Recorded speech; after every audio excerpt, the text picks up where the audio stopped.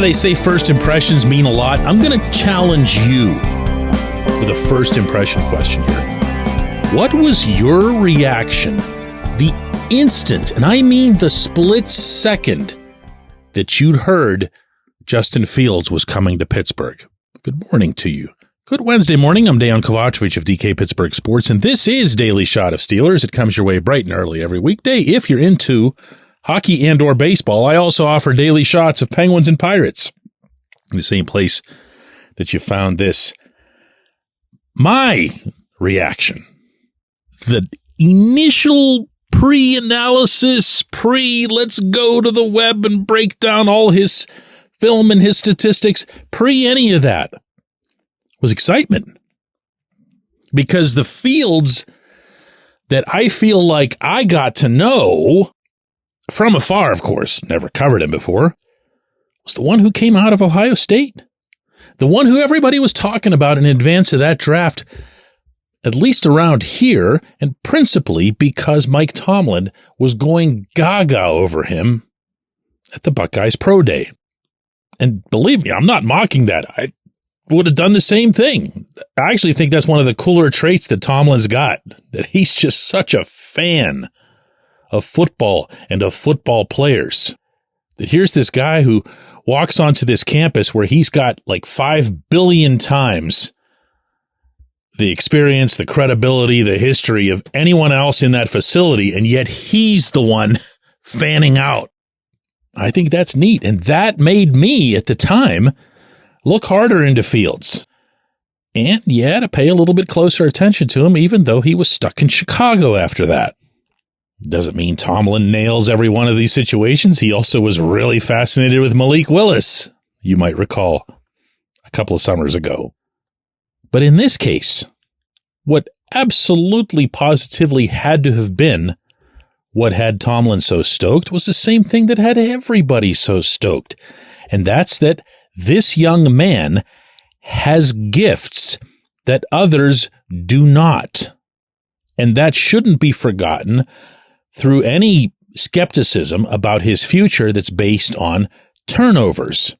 Now, if you'll recall, back whenever I was getting into the almost daily back and forth Mason Rudolph versus Kenny Pickett, Mason Rudolph versus Kenny Pickett, I was on this program knocking the concept of having Fields become a part of that. There were a couple of very obvious reasons for that. One is that you already had a recent first-round pick in the fold in Pickett, so what were you going to do? Just get another one and start stacking them? And the other was that if Tomlin was going to bring in Fields, he was going to do so as a starter in that environment. If he was going to bring in Fields and it was going to be Fields versus Rudolph or Fields versus Pickett or Fields versus both, Fields was going to be the starter. I have no doubt about that, hypothetical as the situation is. And that I didn't foresee at all because of Fields' turnovers. He's been intercepted a ton. He's fumbled a ton. He's lost a ton of those fumbles. And, not coincidentally, he's been sacked a ton. Now, we'd have to be people who obsess over the Bears to have all the answers as to why that'd be the case. I've heard that it's because they have a lousy offensive line. I've also heard that he hasn't done himself any favors in that regard. But the bottom line to what I'm saying here specifically is that the reason I balked at him just coming over here and being an instant starter was that I didn't think it could happen because this head coach has almost obsessive paranoia over turning the ball over. Let's not forget the edict that he gave to Pickett after Kenny had started to struggle with interceptions and the way Kenny was just turning and flinging the ball into the 12th row of the seats. The same thing would have happened to Fields here, and the same thing still might happen to Fields here. But here's what I also know. In this moment, and Fields just turned 25 a week ago, he remains an uncommon, maybe incomparable specimen at the quarterback position. That's not an opinion on my part. I'm just going to look at nothing other than his rushing yards and see that he was a 1,000-yard guy 2 seasons ago. He was number 7 among all rushers, including the running backs in the NFL. This past season, that figure dipped a little bit. He was in the 600 range, but he was still second among quarterbacks only to Lamar Jackson, and even then, he played 13 games to Lamar's 16. So I can put forward here, probably without getting any kind of counters from anybody, that this is the best running quarterback in the NFL. And if that's all he had, if that's all that he was about, you could label him, you could stamp him, and you could set him off to the side and say, we'll get to you when we get to you, kid. But that's not the case. He has an absolute gun for an arm. He has shown the ability to throw while moving. He's done things with these physical advantages in combining them and making himself doubly dangerous. So, again, what's his glaring shortcoming? I'll repeat it. Too many interceptions, too many fumbles, too many sacks. Doesn't matter who's responsible for them. All three of those things can be, to some extent, attributed to the quarterback. He's got those three things. Those are what coaches in the NFL refer to as controllables. Coaches always feel they can coach that sort of thing out of somebody. But what coaches will always tell you is that they can't coach God-given gifts. They can't make somebody faster. So while I didn't and don't like Fields' penchant for turning the ball over, and while I didn't and don't think that he could have come in here in the scenario from a couple months ago and been the instant starting quarterback, neither of those is any kind of reason to keep me from being excited. Not just about who he is, but who he still very much can be. So it's funny, that first reaction, the very, very first one, usually ends up being correct. When we come back, J1Q.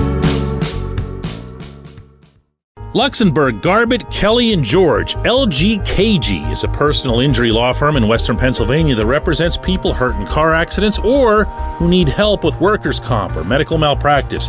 When the attorneys at LGKG make you a promise, they keep it. They've been keeping promises in our region for over 80 years. LGKG's been AV rated, the highest rating a law firm can receive, and they've been designated super lawyers. That's actually a thing for over 15 years.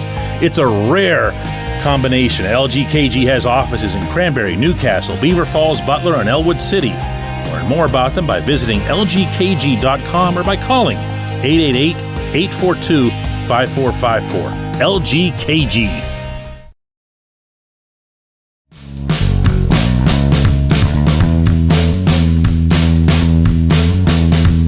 Today's J1Q comes from Rhonda, who, in response to the opening segment yesterday about Cam Sutton, says, I think the fact that he went on the run, DK, instead of immediately turning himself in, should carry a lot of weight for any team considering signing him. I couldn't agree more. Rhonda was one of many to respond to yesterday's show. The sentiment was overwhelmingly no as far as bringing Sutton back.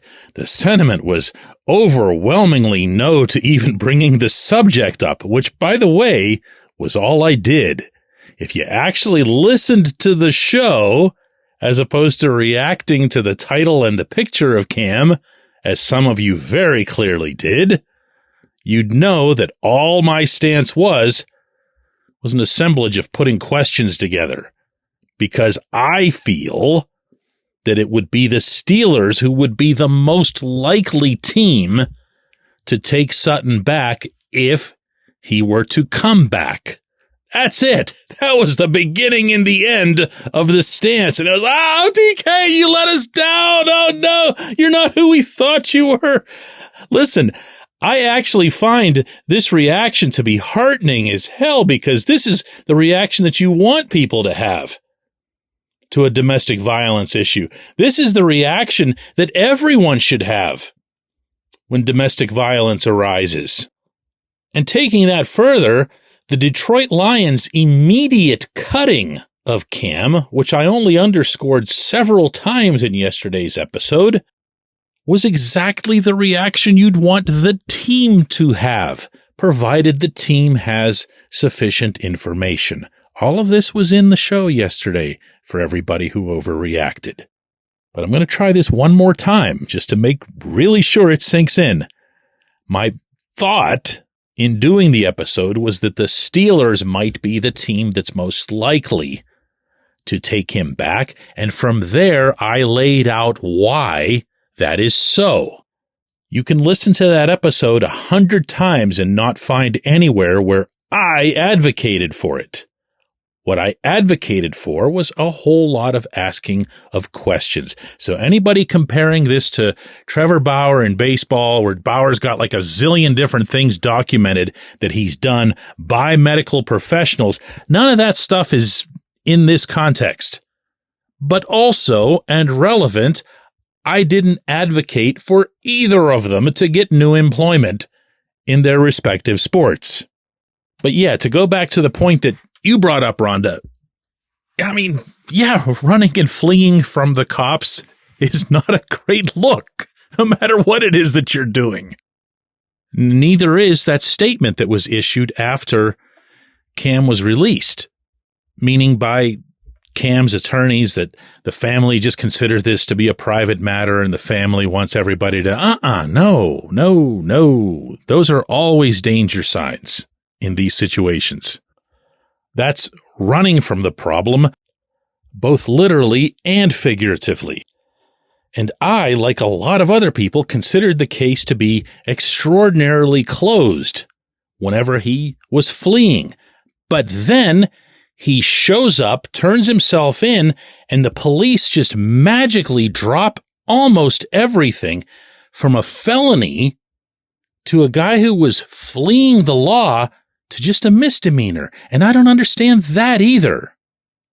And those are questions that I feel also would have to be answered. What was the police motivation for just letting him walk? All questions that have to be answered. All questions that I posed on yesterday's program, in which some of you thought, oh, that means DK wants him back. DK's turned evil. He's on the dark side. Oh no, I gotta find a new show to listen to. Everything's okay. Believe me, it's okay. It's okay. I legitimately appreciate all of the feedback, including yours, Rhonda. We have an open door policy here. You're free to criticize whatever you don't like. You're free to say nice things about the stuff that you do like. In this case, ripping me for yesterday's show is a big swing and a miss because you didn't pick up on what I was actually getting at. And on that note, before I get myself into further hot water with all of you, let's do this again tomorrow.